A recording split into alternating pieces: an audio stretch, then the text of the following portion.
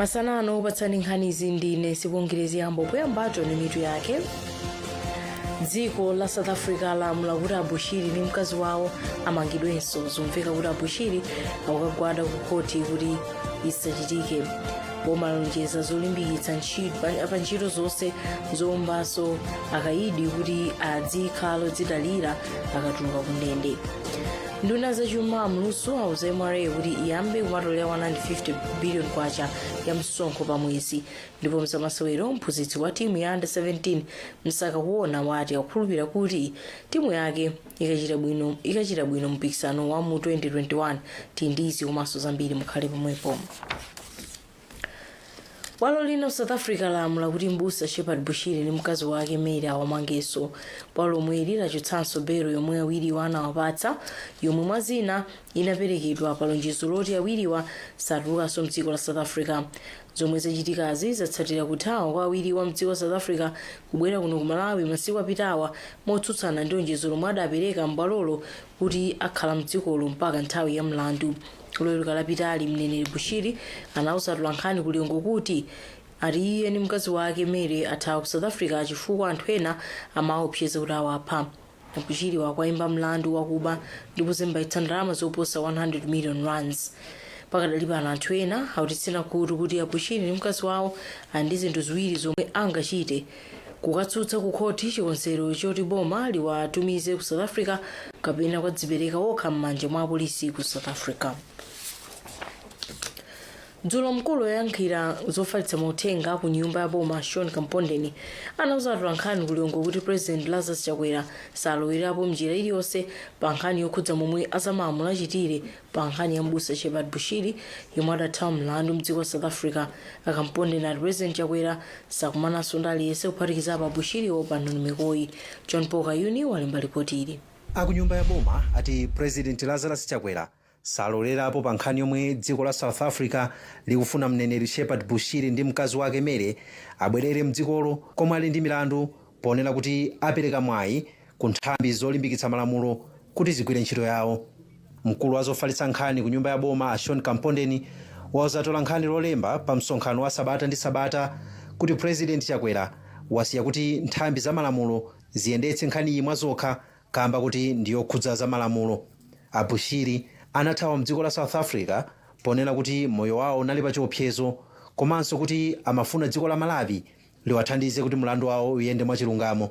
Pa msonkhano omwewonso Akampondeni atsimikiza kuti azachitetezo a mdziko la South Africa anachedwetsa ulendo wa President Chakwera wobwerera kumudzi ndi maola 7 pomwe amachita chipikisheni anthu omwe anatsagana ndi mtsogoleriyu.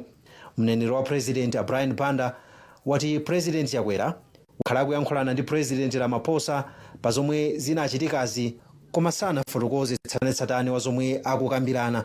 Boma la dziko la South Africa layamba ndondomeko yofuna kuti mneneri Shepard Bushiri ndi mkazi wake Mary omwe ali pa belo abwerere mdzikolo kuti akawazenge mlandu. Malo mwa Zodiac kuchokera ku Kamuzu Palace, ndine John Paul Kayuni.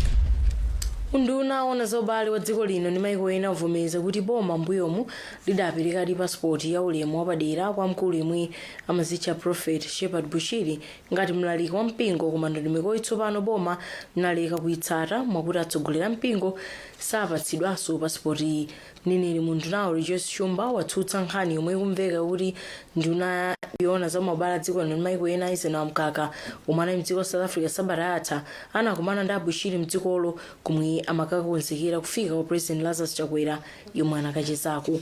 Abushiri ndi mkazi wawo ali pa belo ya mlandu wakuba ndi kuzembetsa ndalama pafupifupi 100 million rands mdziko la South Africa. Khoti idawapatsa belo poonekera kuti awiriwa sayenera kutuluka mdziko la South Africalo. Nthawi imeneyo boma limapereka ma diplomatic passport kwa akuluakulu a mipingo. Ndiye Bushiri anali mmodzi mwa akuluakulu a mipingo amene anapeza mwayi wopatsidwa ma diplomatic passport. Boma limapereka ma diplomatic passport kwa akuluakulu a mipingo amenewa atsogolera mipingo ngati njira yowapatsa ulemu, chifukwa monga mukudziwa akuluakulu a mipingo amayenda kupita maiko osiyanasiyana pokalalikira uthenga wabwino. Tsono boma linaona kuti liwathandize akuluakulu a mipingo amenewa kuti asamavutike akamayenda kupita m'maiko osiyanasiyana pokagwira ntchito ya mulungu. Komatu apa tikuona kuti mwina mapasipoti akupezeka m'manja mwa atsogoleri a mipingo aulemu wawo amene ali mwina mu nkhani zina zimene mwina boma silingafuna kuti likhale associated with. Tinene kuti mapasipoti wamukuperekabe kwa atsogoleri a mipingo mpaka pano? Ayi, boma sikuperekabe mapasipoti amenewa kwa atsogoleri a mipingo. Chifukwa chani? Boma likakhazikitsa ndondomeko limayiwunikanso ndondomeko ija kuti ikuyenda bwanji, kuiona kuti kodi ndondomeko imene ikuyenda bwino, kodi chikuvuta ndi chani, nanga kodi ma implications amene angakhale pa ndondomeko ndi otani. Ndiye titapereka mapasipoti amenewa, ndondomekoyo itawunikiridwa, boma lilaganiza kuna kuti ndondomeko imene itiyimitse ndikunena kuti mapasipoti iwa tisamaperekenso kwa atsogoleri a mipingo. Ndiye boma linayimitsa kupereka mapasipoti amenewa a diplomatic kwa atsogoleri a mipingo. Atsogoleri amenewa masankha bwanji kuti mtsogoleri uyu timpatse diplomatic passport, chifukwa ine wansembe wakumpingo amene ndimapemphera anayamba kuyenda kalekale koma alibe diplomatic passport? Boma linali ndi kandondomeko kake imene imatsata powunikira kunena kuti kodi amene tiwapatse ma diplomatic passport ndi ati, chifukwa siwonse amene amapanga apply diplomatic passport. Pali ena mukhoza kundivomereza kuti amakhala mdziko muno ndipo samayendayenda, koma pali atsogoleri a mipingo ena okuti amayenda kwambiri kupita m'maiko osiyanasiyana kukalalikira uthenga wabwino. Amenewo ndi amene anapatsidwa koma diplomatic passport. Pali nkhani imene ikumveka kuti anduna yoona za ubale wa dziko lino ndi maiko ena atapita ku South Africa kumene kunapitanso president, anakakumana kumene koko ndi mbusa Bushiri. Zimenezi ndi zolondola? Ayi, sizoona. Wala High Court linongwera imitsa mpaka pa 1 December kumva mlandu omwe akuluakulu anayi mchipani cha Democratic Progressive DPP akutsutsa ganizo lowa chotsa mchipanichi. Anayi wawo mwendo wachiwiri wa chipanichi kumwera akundana nkhumwa mlembi wa chipanichi cha Griselda Geoffrey Msungichuma Japi Mhango komanso phungu wina Yusufu Nthenda akutsutsana ndi ganizo lowa chotsa mchipanichi mwezi wapitawo. Loya oyimira komiti yaikulu ya chipanichi cha DPP Emmanuel Tew wati wakanika kufunsa maganizo kuchoka kwa akuluakulu chipanichi monga momwe bwalo lidamulira kamba kuti akuluakulu chipanichi atanganikwa ndi ntchito yokonzanso chipanichi. Unduna woona za chitetezo cha mdziko wati ndi chidwi chopeka thandizo ambiri ku ntchito yothandiza kupeka maluso kwa akaidi kuti akatuluka azikazimira paokha ndi kusapalamulanso mlandu kamba kosowa zochita. Nduna za chitetezo cha mdziko Richard Chimwendo Panda yanena izi dzulo Balaka komwe inapereka masatifiketi a ntchito zamanja kwa anthu 41 omwe amaliza ukaidi mndende zosiyanasiyana za dziko lino. Choko ku Balaka nayu Moses Masiye. Nduna yoona za chitetezo cha mdziko Richard Chimwendo Panda ati kupereka chuma chochuluka ku ntchito yothandiza kuti akaidi aphunzire maluso osiyanasiyana kuthandiza kuchepetsa ndalama zomwe dziko la Malawi limaononga mndende za mdziko lino. Achimwendo Panda ati kupereka maluso kwa akaidiwa kuthandiza kuchepetsa chiwerengero cha akabwerebwere omwe amabweranso mndende za mdziko lino kamba kosowa zochita akatuluka. Kuzipereka kwathu kwakukulu chifukwa choti mwangananena kuti masiku apitawo takhazikitsa malo ano ngati kukhala malo amodzi amndende so zati ndalama zina za budget za ku prison zizibwera malo ngati ano. Komanso ndilinepo pano kuti bungwe la TVET limene lili bungwe la boma lili malo ena uliwonse ku ndende zambiri za dziko lino limene kuphunzitsa andendewa ukadaulo kamena kuti akamachoka ku ndende kuti akhale ndi luso.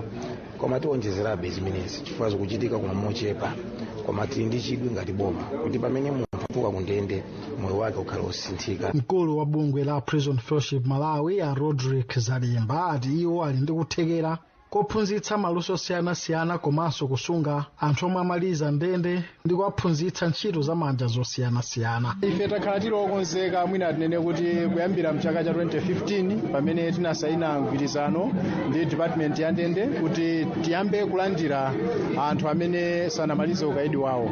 Choncho zonse zili mchimake, aboma akatipatsa anthu tikhala okonzeka ndithu kuti tiyambepo ulendo waliwiro. Boma la Malawi mchaka cha 2015 lidasayinira mgwirizano ndi bungwe la Prison Fellowship Malawi kuti liyambe kusunga akaidi omwe atsala pang'ono kumaliza ndende zawo. Taonetsa ukadaulo pa ntchito omwe akhala akugwira ndi thandizo lochoka ku bungwe la European Union. M'malo mwa Zodiac ndine Moses Masiye.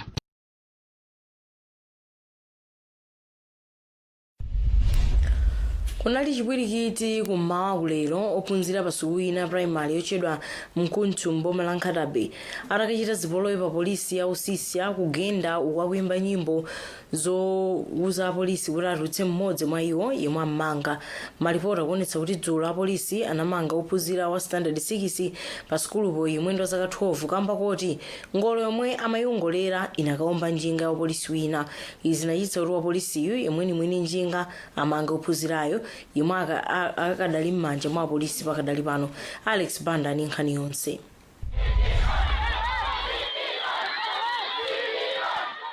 Kumawaku ophunzira pa sukulu ya primary ya Mkunthu akhamukira ku police unit ya Usisia ndi patali ndithu kuchokera ku boma la Nkhatabe komwe kukuchitika kumeneko akuiya koma kugenda komanso kuimba nyimbo zosasangalatsidwa ndi apolisi omwe akuti madzulo wina wa polisi anamanga ophunzira wa standard 6 wa zaka 12 komanso wina wokonza njinga.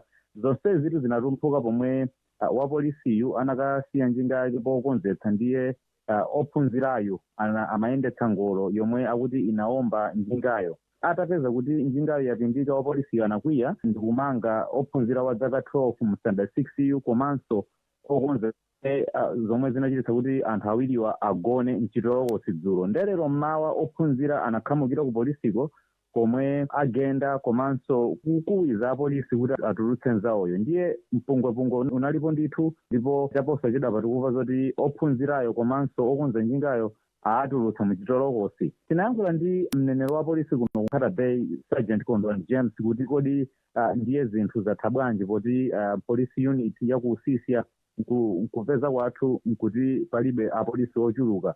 Ndiye iwo akuti pakadali pano akufufuzabe akufunsa mkulu wa polisi ku Usisiako kuti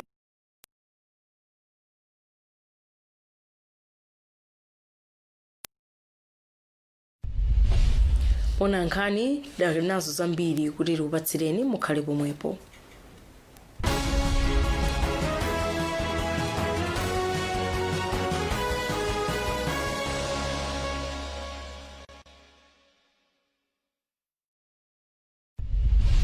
Tikumbutsanenso mitu ya nkhani zathu masanano.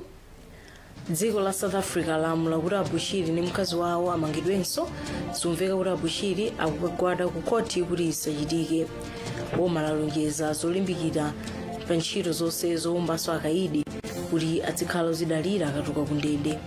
Nduna zachuma amlusu auza MRA kuti iyambe kumatolera 150 billion kwacha ya msonkho pa mwezi. Mzamasewero mphunzitsi wa timu ya under 17 Msaka kuona watakhulupirira kuti timu yake ikachita bwino mpikisano wa 2021. Nduna yona zachuma Felix Mlusu yauza bungwe lotola misonkho kuti ndikothekera kumatolera 150 billion kwacha pa mwezi. Polankhula kwa atolankhani atayendera likulu la bungweli ku Blantyre amlusu ati bungweli liyenera kupeza njira zotolera ndalamazi. Padali pano bungwe la MRA limatolera ndalama pakati pa 80 ndi 90 billion kwacha pa mwezi. Amlusu afotokoza ndalama zonse zimene timayika mu budget mwathu zambiri zimachokera kuno ku MRA. 90% ya ndalama zimene timagwiritsa ntchito zimachokera kuno ku MRA. Ndiye ndimalimbikitsa kuti anzathu kuno ku MRA muli ndi ntchito chachikulu chifukwa mbali nayi ife ngati boma tikufuna kutukula dziko lino. Ndiye kuti titukule dziko lino mpofunika kuti ndalama zathu zichulukepo kuti tipange zimene zone kuti titukule dziko tafikire anthu onse a mdziko lino. Kandi nkhani ya maphunziro timange sukulu zambiri, kandi nkhani ya umoyo timange zipatala zambiri, kandi misewu zonsezo tufuna kuti ife tipange koma zifunika ndalama.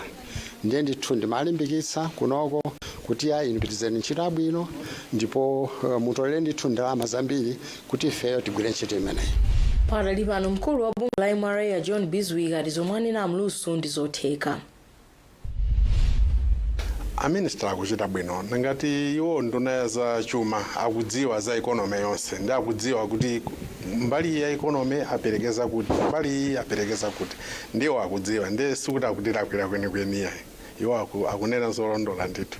Ifeyo mene tichitire mwamwayi kuti covid kukhala ngati ichepa pang'ono ndiye tiyesetsa kuti mene covid ikuchepa tiyesetse kuti titolere mamaka kuma imports katundu obwera kuchoka kunja pakatipo pachana ayimiratu samabweranso ndi pang'ono pomwe komanso makampani ambiri teno kukumbuka kuti pachana atseka nde ngati anatseka enanso anapezeka kuti anthu awo samagwira ntchito ndese timatolera misonkho iliyonse koma panopo zinthu zikubwerera ndithu muchimake ndiganiza kuti tipitiza kutolera misonkhoyo.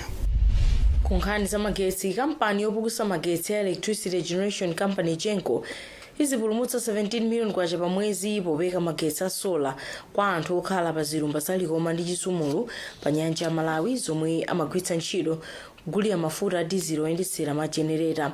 Izi zitanthauza zoti pomatha chaka kampani izipulumutsa ndalama zoposa 200 million kwacha. Chiyembekezo cha anthu tsopano chakuti pa zilumbazi padzikhala magetsi osazimazima monga kale chifukwa cha makina amagetsi oyendera mphamvu ya dzuwa a 1.6 megawatts pa zilumbazi. Munkhani za masewero, mphunzitsi wa timu yachisodzera ya dziko lino ya masewero osapyola zaka 17 Declerk Msakakuona wati wasonkhanitsa timu imene ili ndi kuthekera kwasewera nawo ku mpikisano wa CAF Under-17 Cup of Nations mdziko wa Morocco chaka chamawa. Timu ya Malawi Under-17 inyamuka lero kudzera bwalo la ndege la Kamuzu International kulilongwe kupita South Africa ku mpikisano wa Kosafa Youth Championship umene uyambe pa 19 ndipo udzatha pa 29 November mu mzinda wa Port Elizabeth. Tikatenso tatsiza nkhani zathu matisanasiyane nainso mitu yake. Dziko la South Africa lalamula kuti Abushiri ndi mkazi wawo amangidwenso. Zikumveka kuti Abushiri akugwada ku khoti kuti izi zisachitike.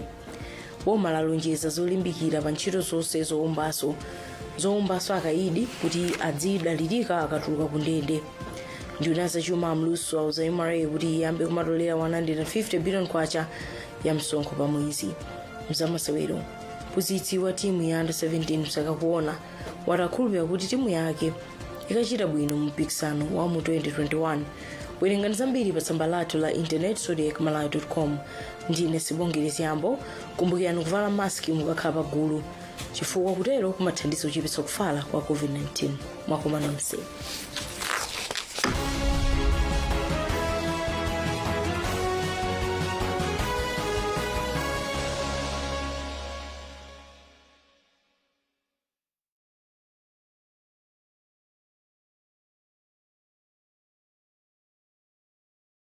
Check in for